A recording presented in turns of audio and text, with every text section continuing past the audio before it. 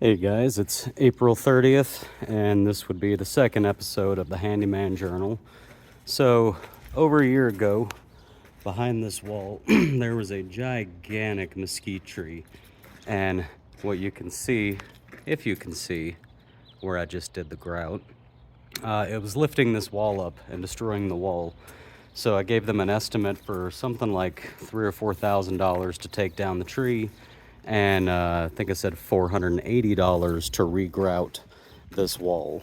I did tell them, just so you know, because I do come from a family of masons, I am very aware that re-grouting this wall doesn't do anything to fix it. I told them that very specifically. And then I also sent them a separate email just to reiterate one more time before they paid me to come grout.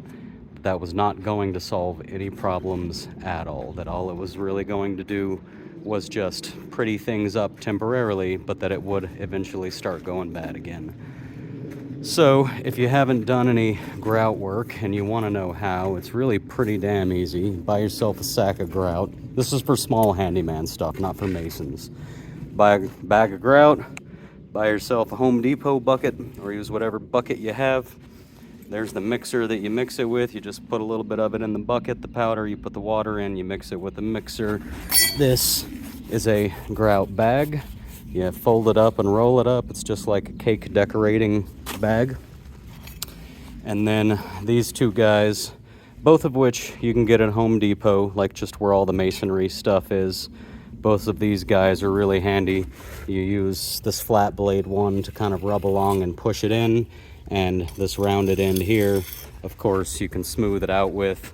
Now, on a small job like this, I barely used these at all because my hands can withstand touching enough of this grout and mortar to get it all up in there with my fingers. I know it's not the best way to do it, but that's what I did today for the most part, was just use my fingers. And then I came back with these afterwards and just use this to touch it up. But for example, often you'll push it down further into the seams with this guy. I didn't worry about that because I'm not doing enough to really tear up my hands, because that stuff, the mortar, cement, grout, all of that, those powdered products that harden into stone-like products, those will eat your skin. But this is the job. Like I said, I bid $480 for it. It ended up being far easier and quicker than I thought it would be. And judging from a lot of stuff I'm seeing like this here, this isn't me. So I believe since I was here, I believe somebody else has come.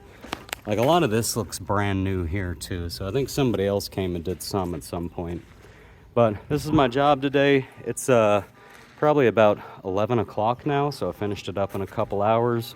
I'm not going to invoice the $480 that I estimated. I'm probably going to invoice about $250 to $300 labor altogether, and that honestly is more to cover all of the time I had to spend on the phone with the homeowner, sort of working this deal out, and the fact that I wrote this estimate a year ago, and they've been back and forth and back and forth.